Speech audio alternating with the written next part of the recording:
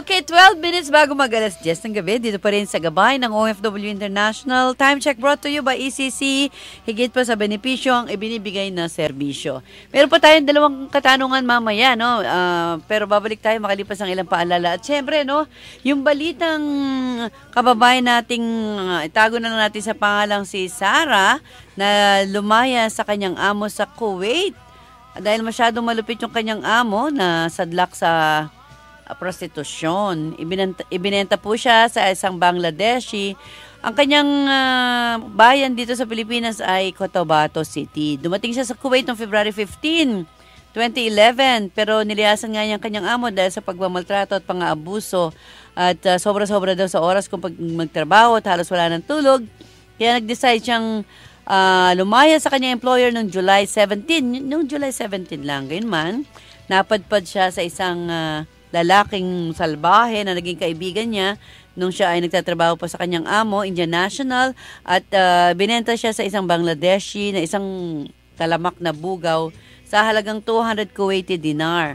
At habang naging kaibigan niya kasi nagtiwala, dinala siya sa isang lugar, parang hotel o red house, kung saan ay binabayaran lang siya ng 1 Kuwaiti dinar, pero binabayad per customer is 5. Kaya, alam nyo, dahil sa social networking sites, yung mga nangyayari sa ating mga OFW, maraming makakaramdam ka ng support, ha? Kasi nagre-react sila, eto mga reaction nila, kawawa naman siya. Hindi masyadong kilala yung tao pinagkatiwalaan, kaya mag-ingat ng mga OFW.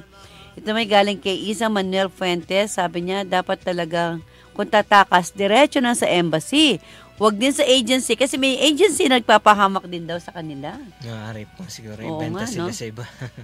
Mga agency, salbahe din, no? Pera-pera lang.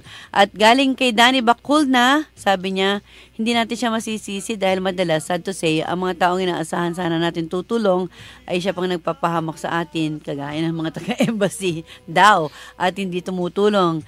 Actually, in fairness naman sa Philippine Embassy, meron po 2 OWA officers na nasibak ng OWA dahil humihingi ng tulong, nagsasolitaire, na pag-usapan natin yung mga previous broadcast. So, ibig sabihin, kasi laki na sweldo ng mga yan, no? 50,000, ang alam ko, pinakamababa. 50,000 pesos, ha? $1,000, di ba?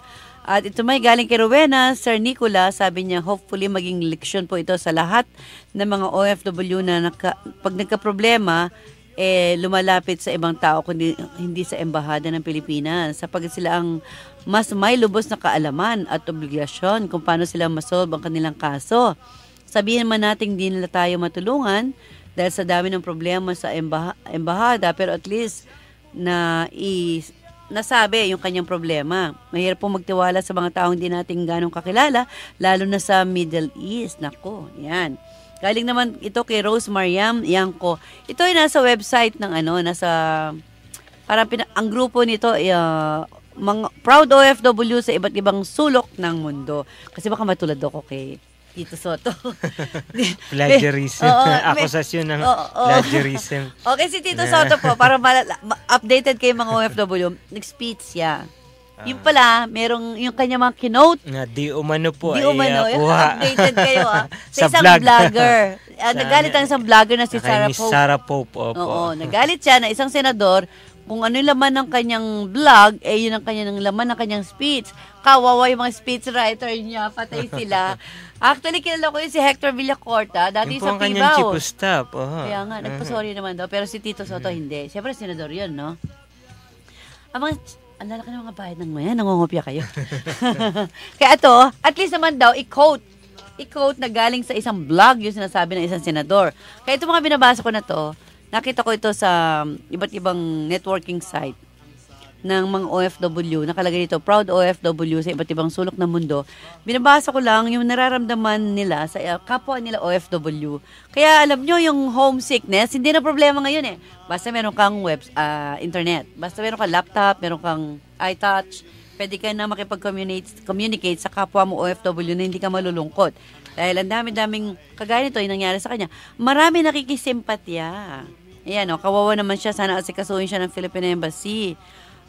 Nakalagay dito, kaya kayo mga kapatid, so tawagan nila kapatid, mga OFW, Kung mag-runaway ka man sa amo mo, diretso ka lang pumunta sa embassy, hindi ka sasama kung kani-kanino at hindi basta-basta maniniwala sa mga kaibigan mo. Ang buhay sa abroad kung minsan hindi pwedeng pagkakatiwala ng kahit sino man.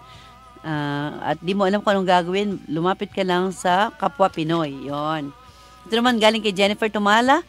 Kawawa naman siya, napahamak sa ibang lahi.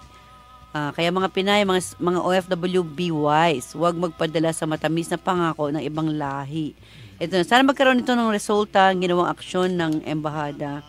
At ito, si Rachel Bago, sabi niya kawawa naman siya. Hindi siya nagtiwala sa bagay, kahit sa Pilipinas, hindi dapat magtiwala kung kani-kanino lang. Actually, itong mga sinasabi nila, mga 3 days ago, meron ding kasambahay na binugbog din ng kapwa nating Pinoy. Amo niya sa Quezon City, ang pangalan niya si Bonita. Yung pong halos mawalan ng paningin. Oo. Mabulag na. Napanood mo talaga yung mata niya, bugbog sarado. Magkano lang sweldo? 3,000. So, hindi lang abroad. Kahit hindi lang, po dito sa Pilipinas, nangyayari ang pagmamaltrato. Oo. Ay, doon, kung maltratuhin ka, 30,000 ang sweldo mo, 20,000. Dito, 3,000 lang. Babubugbugin ka pa. Meron po nakapending ngayon sa Senate at saka sa House of Representatives. Yung po tinatawag na kasambahay bill. Kung saan binibigyan po sila ng mga karagdagang proteksyon. Dapat i-consider na po sila as regular employee. May SSS. May PhilHealth, may pag-ibig. At meron specific time. Meron sila pong working hours, definite working hours. Kasi wala nang pagkakaiba yan. Yung domestic helper sa abroad tsaka domestic helper katulong o housemate, kasambahay dito sa Pilipinas, yung trato ng mga kapwa mo, kalahi mo pa, di ba? Minsan talagang katulong, di man lang sila nagde-day off din. Required na rin po yan. Sa ilalim po ng proposed bill na yan, may contract employment. May kontrata. Mas malaki ang sweldo. Regular employee na po talaga. Oo. Bakit hindi pa maipasa-pasa yan? Di ba? Kawawa rin naman sila. Ang baba ng sweldo, sobra sa oras. Kung hindi po nagkakamali sa Senate, naipasa na po yun sa third and final reading. So, malapit na maging batas. Pending po ito sa House of Representatives. Kasambahay bill. Bill yan po. Ang principal author po nito sa Senate ay si Senator Jinggoy Estrada. Talaga yan. Makamanggagawa talaga si Senator Jinggoy. Boto nyo yan. Okay. Hindi pa po siya re-electionist sa darating na next year. Hindi na siya. Hindi pa po siya re-electionist. Kahala lang po niya nung 2010. Matagal pa. 2016 po. Oo. Si Manny Villar tapos na ang kanyang term. Kaya yung asawa naman niya ngayon humihirit, mga politiko talaga. Anyway, so 4 minutes bago mag-alas 10 ng gabi, dito pa rin sa gabay ng OFW International. Time check brought to you by ECC. Sa ECC, higit pa sa benepisyo ang ibinibigay na serbisyo. Updated kayo sa balita, O sige, babalik po tayo with Tita Lou Medina and Attorney Jonathan Villasoto. Dito pa rin sa gabay ng OFW International. Bahala na kayo. Ikaw ba ay manggagawang Pilipino na naaksidente o nagkasakit ng dahil sa trabaho? Huwag kang mabahala. Ang Employees Compensation Commission o ECC ay handang umalalay at tumulong sa iyo.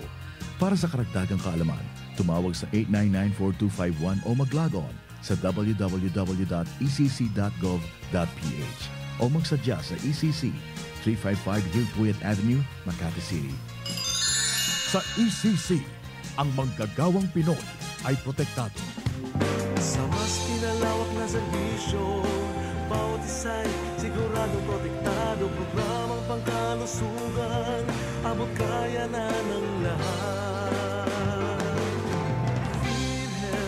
PhilHealth, lubos na maaasahan. PhilHealth, kaagapay ng bayan.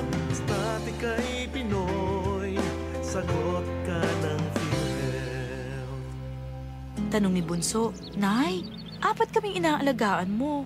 Tapos, nagtatrabaho ka pa. Bakit ang sipag-sipag mo? Bakit daw?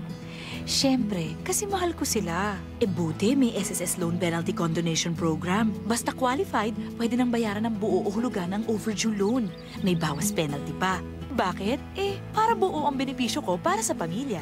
SSS Loan Penalty Condonation Program. Mula April hanggang September 2012. Visit sss.gov.ph.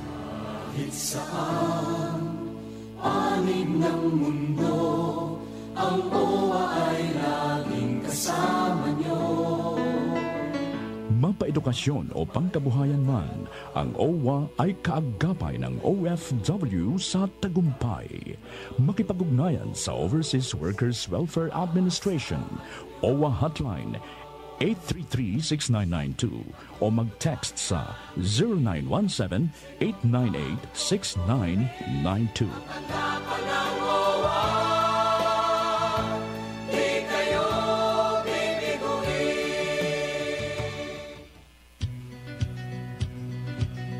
Okay, balik tayo sa programang Gabay ng OFW International. Mamaya tatawagan natin si Ellen, pero bago yan, meron tayong 3 kaso pag-uusapan, attorney. Isa pa yung child custody.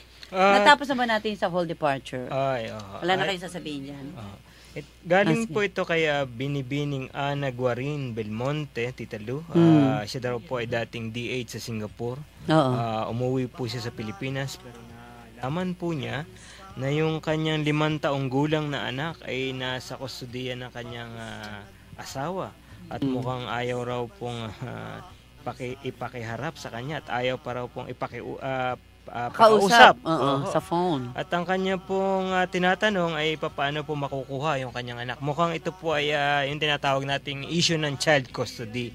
Sa ilalim po ng ating civil code, yung pong mga bata na may taong 7 taong gulang po babae, yan po ay pinagkakaloob ng ating batas saka sa ating pong mga ina. Hanggang wala naman pong dahilan na kumbaga hindi na wala po silang question moral, ito po ay pangkaraniwan ng pinagkakaloob sa ina. Parang automatic sa nanay yon. Pero kinakailangan pa pong ito magkaroon ng petition for child custody. Kung ito pong mag-asawang ito ay hindi po magkakaroon ng mabuting pag-uusap, hindi po magkakaroon ng magandang resulta kung sakali po magkaroon sila ng pag-uusap. Wala na po itong ibang alternatibo si Binibining Belmonte kundi maghain na po ng petition for child custody sa korte. Sa korte, opo. Yun po ang kanyang remedyo kung wala pong ibubungang hindi po mapatutungo sa magandang usapan yung kanila pong pagharap na mag-asawa. Tungkol kahit na 5 years old yung bata, kailangan pa niyang mag-ano sa court. Akala ko automatic. Lahat po itong mga usapin tungkol po sa parental authority, child custody support, lahat po ito ay paano kung ang magulang kagaya ni Gorin? Halimbawa, dumadaan lang po ito, Tita Lu, sa hukuman kung sakasakaling sa pagitan po ng dalawang partido ay hindi po nagkaroon ng kumbagay settlement. Paano kung aalis siya at di naman niya maasikaso? Siguro kung question ng asawa niyo na wala mag-aasikaso sa bata kasi OFW siya. Hindi na po nabanggit siguro dito kung bakit ayaw namang ibigay kasi po panig lang ito nung babae. Siguro meron ng iba. At habang nasa abroad yung asawa, nasa kanya yung bata. Siya yung parang nag-aalaga at ayaw ipakausap. May mga ganyang kaso na pag-alis ng babae, papunta sa abroad, hindi na magandang relasyon, hanggang pati yung bata apektado na para makaganti, yan hindi papakausap yung bata sa OFW. Apektado po talaga mga bata. Kung sakali po magkaroon ng paghiwalayan, minsan ang isa pong question dyan, bukod po sa property, settlement na mag-asawa, isa pa po yung custody ng mga minor de edad nilang mga anak. Yan po ang sentro ng usapan sa husgado. Kung sakaling hindi na po magkakaroon ng magandang pagsasama ang isang mag-asawa. Pwede bang i-request sa korte na habang wala yung OFW, ang mag-aasikaso sa bata, yung nanay mo? At tinatawag naman po natin yung parental authority. Oo, parang pwede naman po. Para wag lang mapunta sa asawa mo, halimbawa may kinakasama ng asawa, wag lang tumira yung anak mong maliit sa ex-husband mo at makita na may ibang asawa yung asawa mo, doon na lang sa magulang mo. Pero pwede, lahat po yan ay mag-uumpisa ako sa petition po nitong si Binibining Belmonte. Matagal ba yan? Kung tagal po ang pag-uusapan, talagang wala pong kasiguraduhan. Ang tatagal na mga kaso sa Pilipinas, Nakakainis. Tapos sabagay si Cory naging presidente at namatay, hindi na malaman kung sino pumatay sa asawa niya. Hi, joke lang. 10:02 ang ating oras. Ito pa rin sa gabay ng OFW International. Kasama pa rin natin si Attorney Jonathan Villasoto. At mamaya makakausap natin, tatawagan na natin ha, si Mary Ellen Esperos, nag-aabang na para sa kanyang, siya po ay may pagmamalaki nating miyembro ng Radyo Pinoy Fans Club sa Taiwan. Dahil siya ay finalist, meron siyang, baka naman hindi na pwedeng kumanta ngayon niya dahil i-reserva niya ang kanyang magandang tinig para sa kanilang contest, singing contest bukas sa Taiwan. Nakakatuwa sa abroad yung mga OFW, mahilig sa beauty contest, singing contest, no? Parang OFW may Got Pilipinas Talent. Got Talent din po sila. Oo. Maganda yan. Basta mag-enjoy lang sila. At kasi grupo-grupo sila eh. Doon nga sa Singapore, merong grupo ng mga Ilocano, ng Kapampangan, Bicolano, Talagang Waray. umiiral pa rin po ang regions. Pagka, ang tawag doon, regionalistic. Ng Pilipino Yun. kahit nasa ibang bansa. Kanya-kanya pa rin grupo. Oo. Pero mga Pinoy pa rin sila. Anyway, yan po ang makakasama natin mamaya. Si Mary Ellen Esperos.